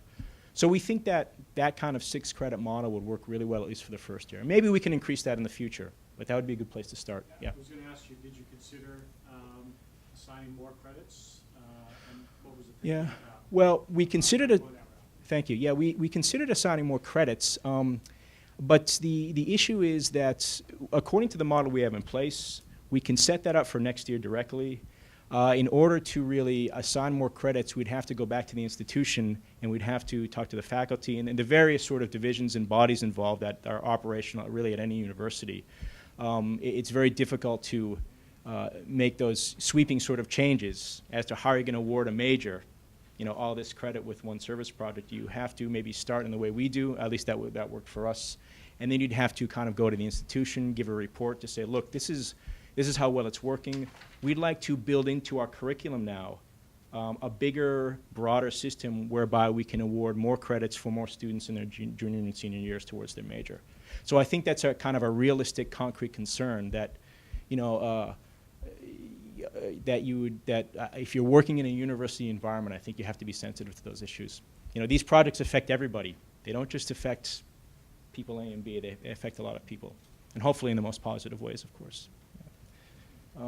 Please, yes. Sir, I have one question. I just noted in your application you have the Rising Tide. Oh, there we go. Rising Tide has an AmeriCorps Vista program. Or Yes. AmeriCorps Vista members. Can you just talk a little bit more? We know a lot of this is bringing it to scale and building on what other investments either a partner or the university has already made in service learning. What kind of interaction do you envision those AmeriCorps Vista members having with the students you recruit into this program? Well, it's kind of hard to say right now, I'll be honest with you from the outset, but I think you know, once we get the students in place, and I've talked with some people at Rising Tide, our other service learning faculty have really good relationships with them.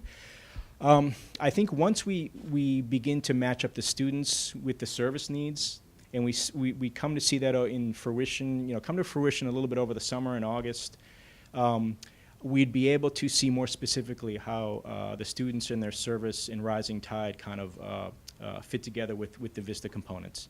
It's a bit hard to predict right now, but that's something we do have in view, and that would be really sensitive to as we move forward. Yeah. We're about out of time. The Yep. bell's going to ring in 15 Okay. seconds. So. Any other questions before we go? Hi, yes, please. Simple, straightforward question. Yes. Donatelli, was he a Jesuit saint, maybe a Jesuit scholar in the field? Father Iannatelli was a former president of St. Peter's University, I believe, from 1965 through 1978. He was really, really important at St. Peter's. A lot of people were, but he was really important for connecting St. Peter's as an institution with the local communities. So Jersey City, Bayonne, even Newark, those areas. And he's kind of well known in the area for that kind of legacy. As well, I believe he won the Jersey City Man of the Year award in 1966. Please check my date, but I think he did. So, thank you very much.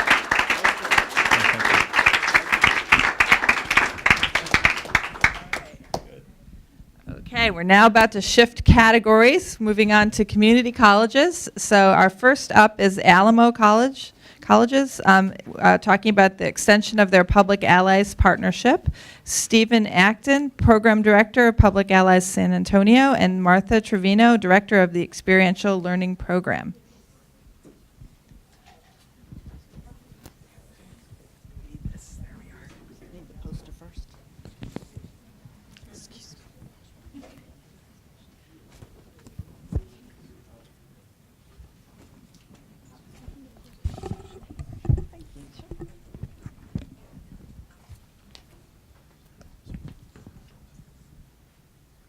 Thank you for that introduction. Mahatma Gandhi once quoted to have said, "The best way to find yourself is to lose yourself in the service of others." As a two-term AmeriCorps alum, it is with a mixture of excitement and humbleness that I present this project to you today. I come from a city in Texas known for phenomenal Mexican food, the Battle of the Alamo, and 5 NBA championships. I'm looking at you, Miami. My community ranges from extremely wealthy to those living in severe poverty. The Alamo College is invested in being a fixture in the community that actively participates in community betterment. It is in the spirit of this community service that we have decided to push as the driving force to engage in this endeavor. The immediate reaction to the Service Year Challenge request for proposal was the Alamo Colleges could surpass just actively being a community participant, but also become a catalyst to stimulate civic engagement and launch young people into a lifetime of service. Alamo Colleges and Public Allies, utilizing a demonstrated model, will increase the number of first-generation college students who engage in an immersive service year, while earning college credit leading to degree attainment through the Service Year Challenge project. The mutual vision of the Alamo Colleges and the Challenge partners has allowed for the creation of an exceptional, replicable opportunity in the form of the Service Year Challenge project here at Alamo Colleges. The Service Year Challenge will yield capacity building for local community organizations, increase degree attainment for students, as students will be inducted into the Alamo College's affiliated Public Allies program, garnering various additional benefits such as a modest living allowance, health benefits, paid tuition, and a $5,730 Eli Siegel Education Award that can be utilized to pay for college at the completion of their term of service. To further enhance this focus on academic attainment, a partnership has been forged with the University of Texas San Antonio to provide a seamless pathway for community college to a bachelor's degree. The value of this service year experience and academic credits will be incorporated into the student's degree plan to increase the usage of the Eli Siegel Ed Award provided to the AmeriCorps alumni. The Service Year Challenge is going to be will be an immersive project as evidenced by each student's commitment to complete a minimum of 1,700 hours of community service during that 10-month period. This training and service package will consist of the following: 50 hours of core leadership training, 1,345 hours serving at various community organizations referenced to us as partner sites, 70 hours of national service days done in collaboration with other national service programs locally, such as City Year Texas, Hippie Texas, and NCCC. 200 hours of professional as well as academic development, 15 hours of assessment, and 20 hours dedicated to the prep and delivery of a program capstone known as Presentations of Higher Learning.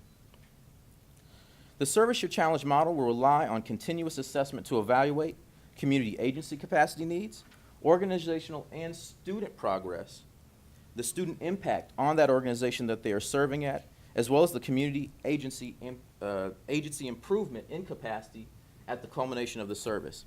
It is through this incorporation of the best practices that we can ensure the quality service experience for both the student, the community agencies, and the community at large, with an emphasis on impactful, meaningful service. In closing, I would like to take a moment to thank all of you for this opportunity. It has been a great honor to be selected as one of the finalists in this program.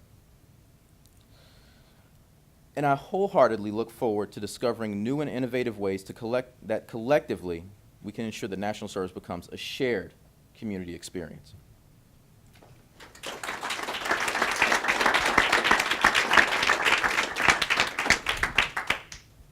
Questions, comments?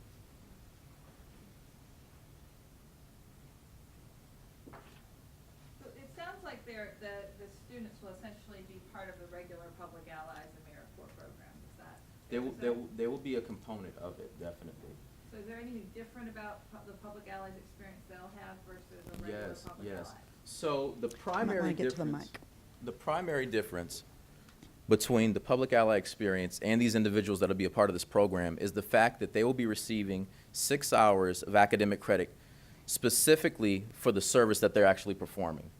So they'll be able to come into the program. It'll be aligned to their degree, where they're going to be at the public administration program here at Alamo Colleges and really receive almost like a practicum for the service that they're performing. So that's a really key difference between their experience that they'll have doing service as well as the ones that the regular Public Allies cohort would have. So will they already have enrolled in the Alamo colleges and then be placed into the program, or the other way around? They'll actually have to already be enrolled in the Alamo Colleges. These will be students that have already kind of said that they're interested in doing community engagement, have a passion for service, and want to engage in our program to find another way to connect and really experience that one-on-one. So they have to be enrolled, and they also have to have had 12 hours credit earned.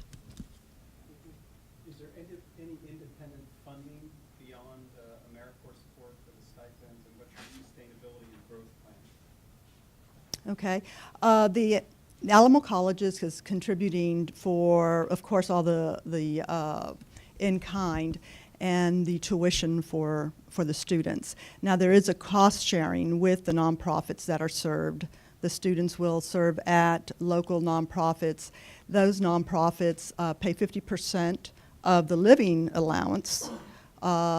With this funding opportunity here today, we will be able to, of course, offer scholarships to some of those nonprofit agencies and increase that capacity.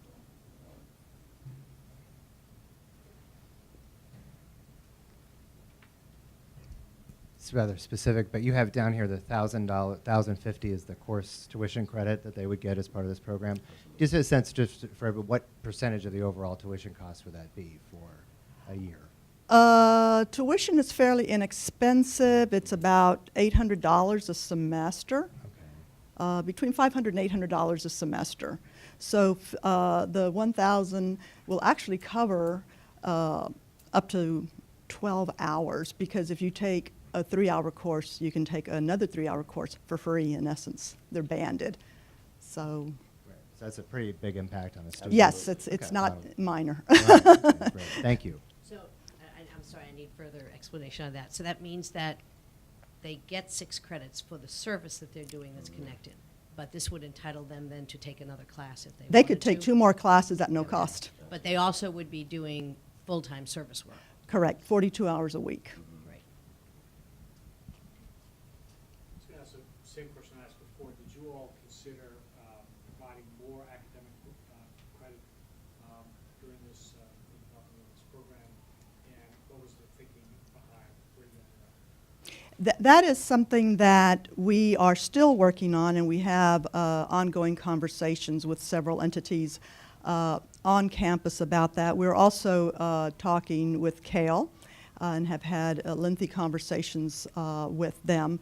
As a matter of fact, our particular program is one of the pilot programs with Cale. So we are actively engaging in conversation to explore that possibility. In the state of Texas, we have had to reduce the number of hours required for graduation.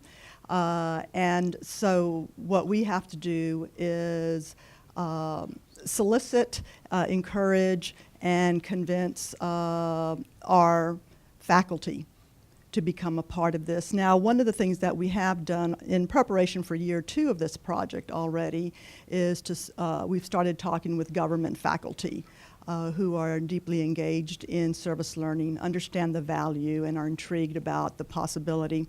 Additionally, our district just started the experiential learning program. So there is a big move by our board and our chancellor to support this kind of work. So I think the climate is right.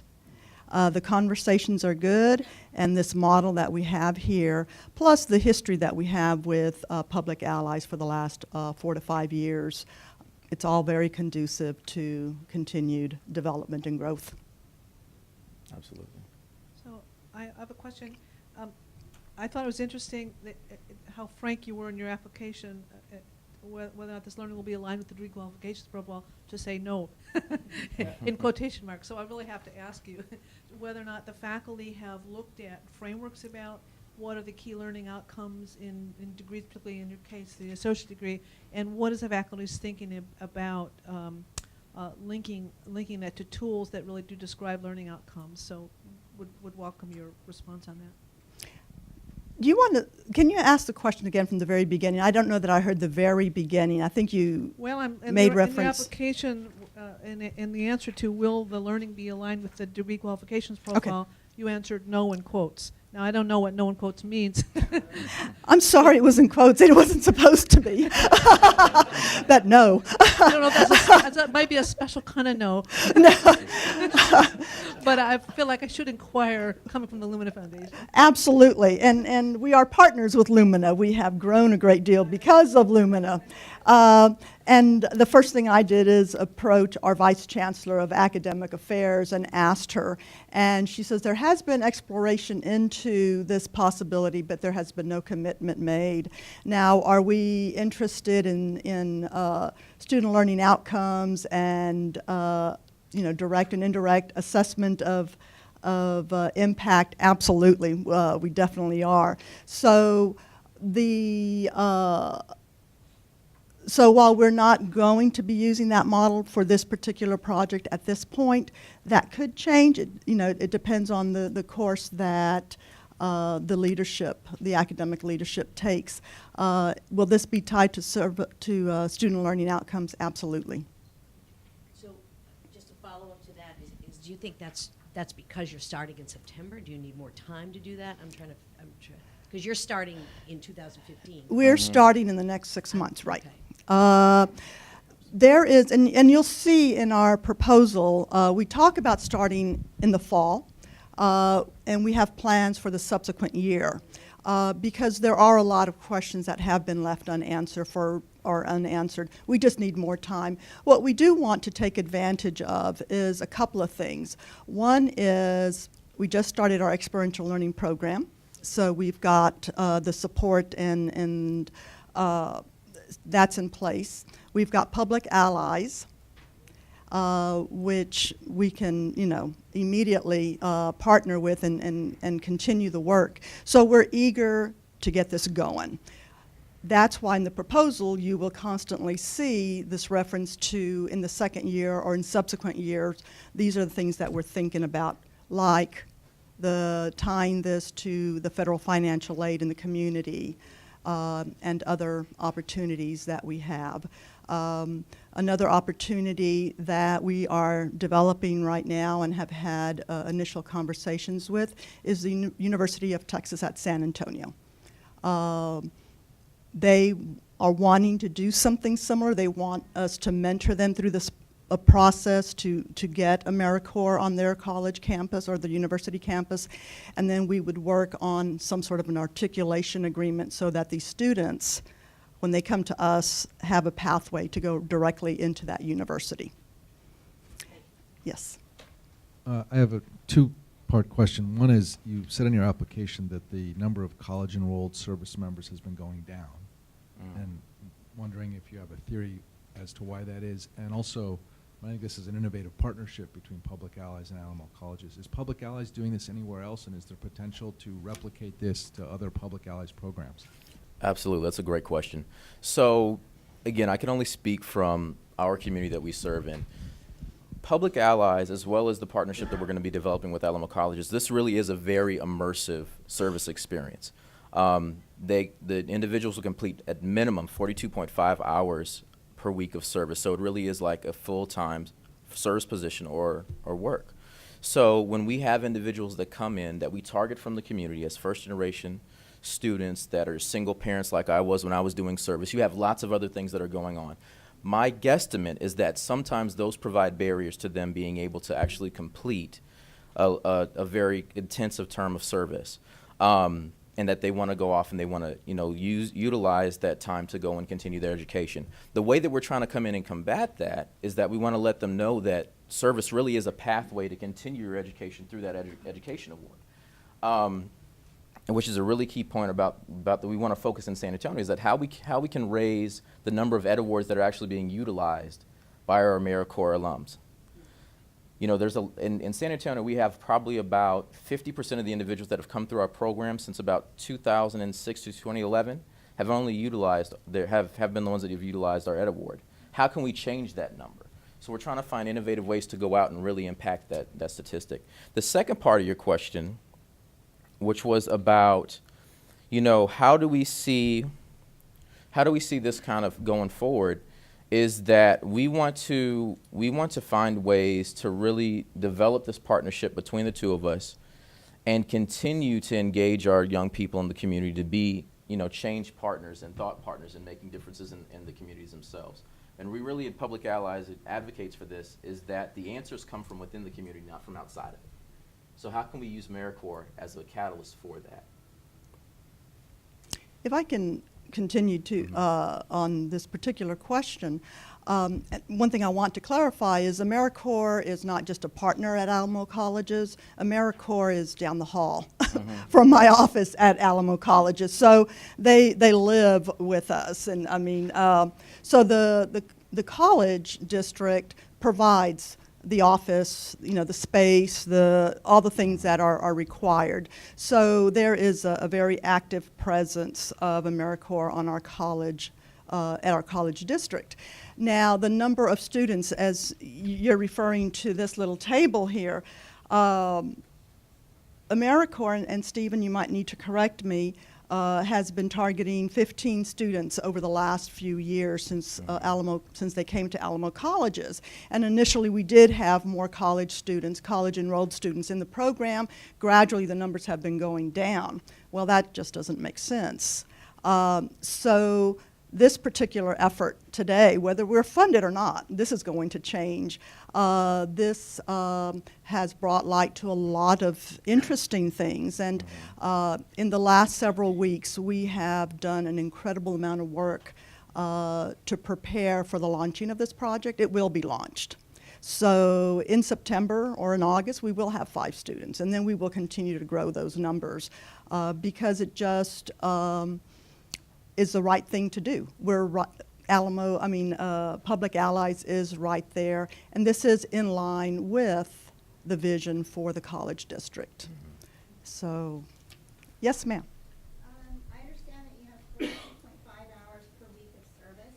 Are they paid at that time? My understanding is that at the end of their term is when they get paid. Most community college students that I've met have at least 20 hours of work to pay for their mobile phones and their gas. So when are the students going to do this and take classes and do the 42 hours per week of service? They actually get a monthly living allowance, so they will receive $1,500 per month. At the end of the term of service, what they do receive is that Ed Award that they can utilize to go and pay either student loans, go back into school, and really capitalize on the opportunity that the Eli Siegel Ed Award really gives them to continue their education. So they will be getting a monthly living allowance to assist them in those.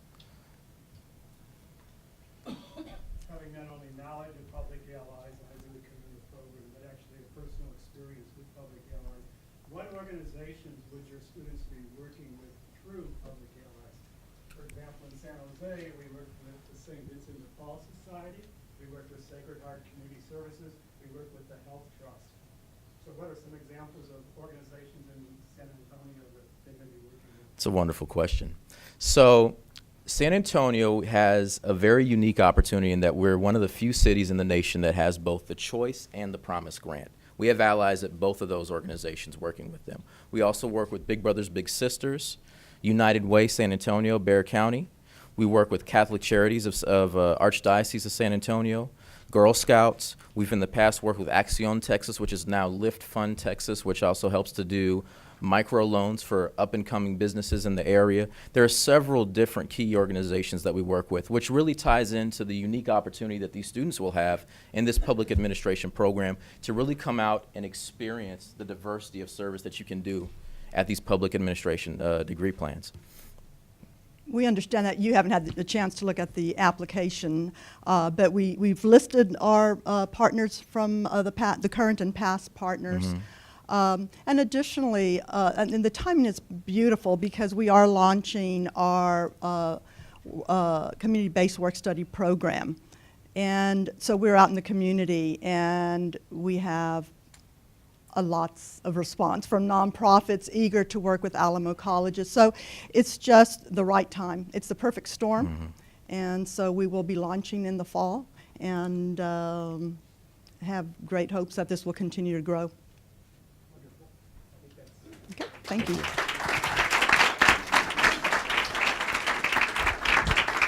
Thank you, Stephen. Thank you, Martha. Another round of applause for 4 outstanding presentations this morning. And I love how we're learning from one another as we go along. So good news, we may be a little low on energy all of a sudden, so now it's time for lunch. Lunch is being served out here. You can eat in here, only in here or out there too, wherever you wish. Just not Walter Isaacson's office, please. We don't want to hear about it later.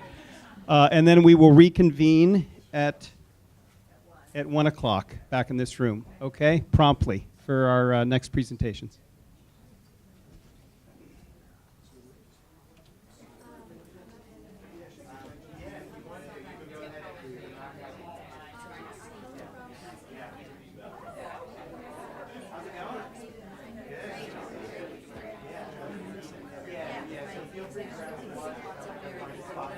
You can talk about the first ones.